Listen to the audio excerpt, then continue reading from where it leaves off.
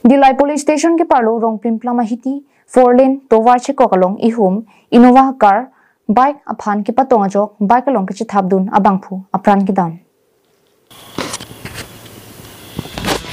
Birta kilong dun atengke ihum Innova car Government of Nagaland registration number NL 10C2149 bike registration number AS09E 2633 la humnita manjanat pen dilainat kipang no bomahut bike abang Rongplimplam along U-turn ke nahutsi Innova car abang kipatong dun ajok bike along kachethabdun kachiti sopi arta plikep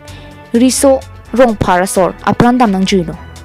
lapen apinan bike katewarabang Ellison Katharta Diphu Medical College and Hospital along si langpon bomlang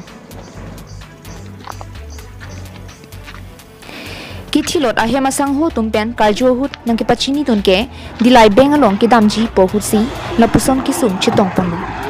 lapen halapu ke thek dun longve ka bang phupen nang kipachini dunke Innova car bang 85-90 speed doji puta nang pachini pong anarlo porlong kupai kelang no gari Nagaland gari ladak Rongplimplam masor bike aphan patong phitlo ase hala bike labang so abangke suarlo bangke langli chor bangke injur olo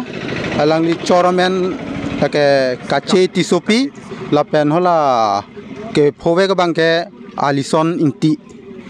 inti lage arong bangke dag risorong pararong lo lapen ladak adon hem ke chewang akaita Rongplimplam si chewang vet adap bampo arning sam dampo la puson si kaita nitum ke pu dambom bang bom la puson lo la sel bang so por ho Nagaland gari hala dak pen 85 ne 90 ne speed bang masi la pu turning ke che ban ho la thik phi ang dena long la machine engine ke dong dena long dhoi patong dun phi damasi ala bike tum bangke ladak jagate masi injured dal kasulai bang ta avelo injured lo ekdom areng sopik lo helmet anta tong dak dalo la si alangli tumpan non tong sikot pen pu tempu pen si non medical college pon bom la si alangli ki unjine ki un ene bangke non pon bom hut ke ajit he pu nanglu o elang sita me nanglu bom lo sita ajit he nanglu o elang la puson pen anuang kok pen ta aviwang bom lo la puson si ni tum thaglong lo la pen agari ta aprang bangke tong dak lo la si agari ta damun edal lo Nagaland agari government agari Nagaland government agari department department bangke arjuda etik lo non